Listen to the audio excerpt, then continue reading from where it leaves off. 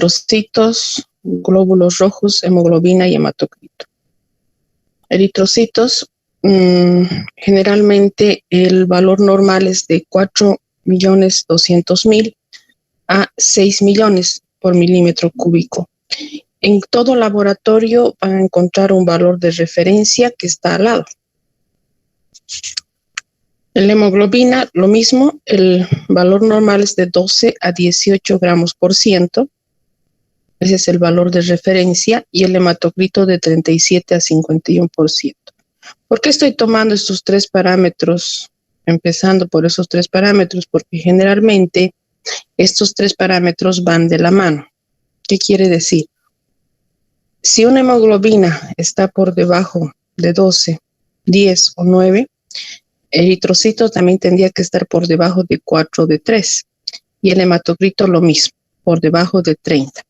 Entonces quiere decir, si uno de ellos está normal y el otro está bajo, quiere decir que hay algún falso positivo, falso negativo. Entonces hay que volver a hacer el hemograma. ¿Qué nos diagnostica estos tres parámetros? ¿Qué nos diagnostica? Generalmente nos diagnostica si es que hay un problema de anemia en nuestro paciente o no, o al revés, cuando hay elevación puede haber un problema de poliglobulia. ¿Qué es la anemia? Es la deficiencia en el tamaño o número de glóbulos rojos o cantidad de hemoglobina que produce un gran cansancio, o en el producto del hematocrito. Ustedes deben saber que en anemia hay varias clases y las causas generalmente es varias también, como es la falta de ingesta de hierro, enfermedades intestinales que producen pérdidas de sangre, pérdidas menstruales intensas, hemorragias, ¿no? Como habíamos hablado de la transferrina, el abuso de analgésicos o antibióticos también nos puede producir algún tipo de anemia, o los corticoides. O la ingesta de leche muy cercana a las comidas, ¿no? Es lo que hablamos, el efecto de quelación. Entonces, las consecuencias, si no es tratada, produce no solo cansancio, ¿no? Disminución de la concentración, disminución de las defensas, retardo en el crecimiento, disminución del desarrollo psicomotriz y cognitivo, sino también daños a nivel cardíaco y respiratorio, como lo vamos a ver. En realidad, es común que cuando empezamos a sentirnos cansados, sin fuerzas para hacer alguna tarea, o decimos fácilmente no me puedo concentrar, o me quedé dormido, le echamos la culpa a veces al estrés. Pensamos que es por el estrés o por el cansancio físico. Pero generalmente, preventivamente, deberíamos hacernos siempre, por lo menos una vez al año, un hemograma, ¿no? Para ver estos parámetros. Por ahí vaya a ser nomás de que se trate que estamos enfrentando este tipo de patología sin darnos cuenta. En especial ahora que estamos en un medio en que el consumo, por ejemplo, de pollo es aún más. No se consume mucho verduras frescas, no se consume la carne de res. Ahora, con lo que también, viendo la parte económica, es más barato el pollo. Entonces, generalmente esto es lo que pasa, especialmente en mis pacientes. Hay pacientes que vienen solamente para control y resulta de que están con anemia. Y cuando les pregunto, ¿pero por qué podría ser?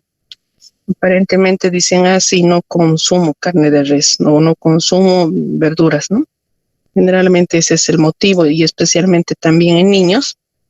Cuando tienen anemia, es que casi cero de carne, incluso en su dieta. Y a veces hacemos una historia exhaustiva y vemos que a veces no es el que él no quiera comer, sino que hay problema dentario, como el caso de los ancianos, ¿no? Entonces, hay que resolver esto porque, como les digo, las consecuencias al posterior son fatales si es que la anemia no se resuelve preventivamente y a tiempo, ¿no? Entonces,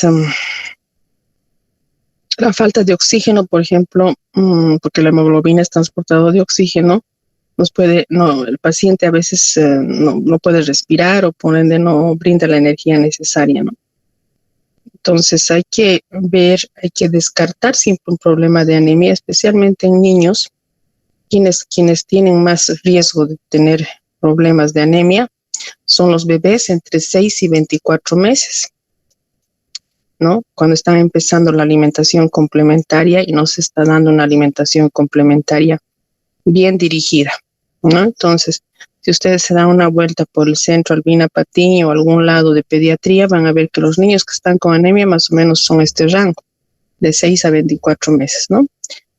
Otro grupo de riesgo son las embarazadas, ¿no? Que a veces descuidan la alimentación en base a este hierro, las mujeres fértiles, ¿no? Las que están empezando con su menarquia, porque a veces les viene hasta 2 veces al mes y es irregular y es normal en una niña que pase esto, o una premenopáusica o una menopáusica que también pasa lo mismo o en exageradas cantidades elimina, ¿no?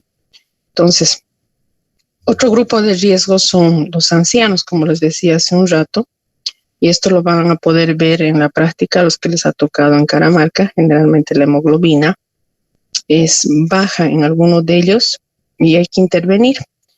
Entonces hay que ver, a veces es problema dentario nada más y lastimosamente a veces es difícil de resolver por la parte económica, ¿no? En algunos ancianos. Otro grupo de riesgo son los vegetarianos estrictos, aquellos que no consumen para nada aparte de carne, y es más, son muy estrictos y algunos religiosos incluso, ¿no? Algunas religiones que les prohíben. Entonces, casi todas las anemias son causadas por falta de nutrientes, proteínas, vitaminas B12, B6, ácido fólico y más que todo hierro, ¿no? Todo esto es necesario para la síntesis normal de los glóbulos rojos. Entonces, por eso antes de nada hay que identificar, ¿no? ¿A qué se debe? ¿No? ¿A qué se debe? La hemoglobina, como les decía, puede ser de 12 hasta 18, pero generalmente cuando es ya 11, ya hay que alertarse un poquito, incluso preventivamente, tal vez sí hay que orientarle la dieta o algún suplemento. Claro, si es más bajo, ya necesariamente se tendría que dar algún suplemento, ¿ya? Entonces, hay distintos tipos de anemia, como les decía, también hay el déficit por ácido fólico, es otro tipo de anemia, por el déficit de vitamina B12. Pero hay síntomas leves y síntomas graves, a esto es lo que quería llegar. Como hemos dicho hace un momento, los síntomas leves a veces pueden ser dolor de cabeza, ¿no? Algún cansancio, falta de memoria, o alguna, tal vez conjuntivas pálidas. Pero más que todo ahora esto de la conjuntiva pálida se ha cambiado al examen físico de la palma de las manos y la palma de los pies, donde se nota claramente cómo está la piel. Si es color rosadita, roja, quiere decir que casi este paciente no tiene anemia. Pero si es pálida, entonces estamos hablando también de un problema de anemia. Y no hay que confundir con lo que habíamos hablado con la vitamina A, cuando hay intoxicación de vitamina A. Generalmente la piel es amarilla, entonces hay que descartar también esto, por eso es importante hacer este hemograma, ¿no? Entonces, los síntomas graves son una respiración entrecortada, generalmente el paciente dice, he caminado 2 cuadras, no puedo respirar, entonces, ¿no? Hay disminución del desarrollo psicomotriz, un retardo en el crecimiento. Y otra cosa muy importante, y lo he visto en la experiencia clínica, es que aquellos niños que tienen déficit de hierro generalmente tienden a ser muy irritables, ¿no? Se están siempre irritables, mordiendo los dientes, tratando de llamar la atención, no están quietos y como que estuvieran aburridos de la vida. Entonces, generalmente este problema del déficit de hierro les trae este problema a los niños, ¿no? Y el agotamiento físico, disminución obviamente de las defensas. Aquel paciente que tiene anemia frecuentemente se va a infectar de otras enfermedades muy seguido, ¿no? La falta de apetito también está ligada de alguna manera y por eso es que quizás la mayoría de los estimulantes del apetito están en base a hierro y complejo B, ¿no? Entonces, hay también la dificultad para la concentración, como les decía, y otro síntoma muy llamativo y que se ve es el ardor en la lengua, ¿no? Generalmente dice, no sé por qué me arde la lengua. Entonces, esto también tiene que ver mucho con la anemia. Y algunas chicas más o menos que más que todo que les interesa que sus uñas crezcan, las uñas delgadas, quebradizas y aplanadas, se ve también que tiene un déficit de la anemia. Pero es todos estos síntomas, como les digo, son síntomas leves que si no preventivamente no se diagnostica y no se incide en el tratamiento, entonces esta anemia progresiva, como les decía, va a haber una respiración entrecortada. ¿Por qué será? Uno, porque la hemoglobina transporta el oxígeno y otro porque aparte también esto es interesante porque hay alteraciones cardíacas. Entonces, hay una cardiomegalia post-anemia, ¿ya? ¿Qué quiere decir esto? Que el corazón empieza a aumentar de tamaño solamente por la anemia. Y esto se ha visto en varios casos que he visto, especialmente en ancianos, ¿ya? Entonces, esto origina, incluso puede llegar a una insuficiencia cardíaca. Entonces, esto es lo importante que nosotros tenemos que prevenir, que no llegue a este estado, ¿no? Que no llegue a una insuficiencia cardíaca. Lamentablemente, muchos me han contado cuando hacen su internado, no sé, en municipios o en algún lado donde van, generalmente la enfermera dice quiénes son de nutrición y les alcanzan el hierro, les alcanzan el zinc, qué sé yo. Esto van a repartir a los que están con bajo peso. O sea, se maneja así, lamentablemente digo yo, porque cualquier suplemento, ya sea de hierro, ya sea de zinc, cualquier suplemento se debería hacer bajo un examen de laboratorio, ¿no? Y no así a ciegas, porque también nosotros si damos el hierro o el zinc o cualquier otro suplemento en cantidades exageradas, digamos, y más algunas mamás que les falta educación, que si ellos están en el campo y todo esto, pueden hasta ingerir, ¿no? Sí, al niño puede ingerir más de lo debido. Entonces, ahí es el riesgo, ¿no? Entonces, es importante siempre, y el hemograma no es tan caro. Ahora tenemos al alcance el hemograma en los municipios, en los centros de salud, incluso con esto del SUS, tenemos el acceso de hacerlo, ¿no? Entonces, lo que quiero decir es que no se debe dar a ciegas ningún tipo de suplemento, porque el exceso de hierro también trae sus consecuencias, ¿no? Puede traer muchos problemas. Entonces, el anemia por déficit de vitamina B12, ¿no? Se relaciona más que todo con la absorción de este, ¿no? En pacientes con cirugías de estómago, enfermedades que nosotros tenemos mucho ahora en común, el vólvulo, o hay extracción de una parte del intestino. Entonces, afecta no solo a la sangre, incluso este déficit de vitamina B12, sino también al sistema nervioso y al tubo digestivo. Por eso los síntomas, incluso a diferencia de la ferropénica, en la anemia por déficit de vitamina B12, hormigueo en las manos y en los pies, es como si me estuviera calambres o estuviera caminando algún tipo de hormiguitas, ¿no? Entonces, uno de los tratamientos de es la inyección bucal de vitamina B12 por 2 semanas, ¿no? Claro que todo suplemento no resuelve, siempre aparte aparejada, siempre tiene que estar aparejada una dieta rica en el déficit mismo, ¿no? Si en este caso es vitamina B12, tal vez carne y el déficit de hierro lo mismo. Hay que indicarle cómo tiene que consumir.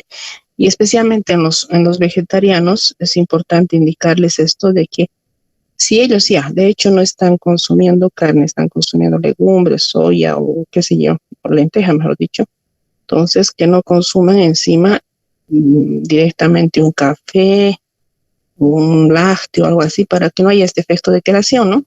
Si no sería importante indicarles que consuman algún jugo de fruta o un refresco de cítrico o algo así para que haya mayor absorción. Entonces,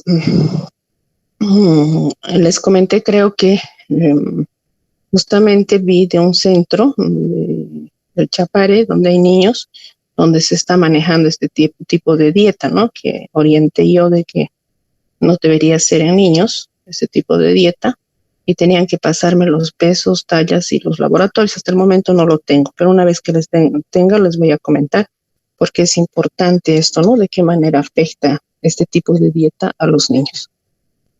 Ahora también hay que tomar en cuenta que la carne de vaca posee 2 veces más que el hierro, más hierro que que el pollo, ¿no? Entonces, este es el déficit, el mayor problema que estamos teniendo, como les digo, últimamente. Pollo hay por mayor y la carne de res es más difícil por la parte económica generalmente, y a veces las mamás prefieren comprar a veces hígado de pollo, que también es bueno, pero tiende a tener también cierta intoxicación, ¿no? Especialmente con la vitamina A y el hígado, ¿no? Entonces, el pollo a la vez tiene hierro, 2 veces más que el pescado, y sería que el pescado tiene menos hierro, digamos, que las 3 carnes, ¿no?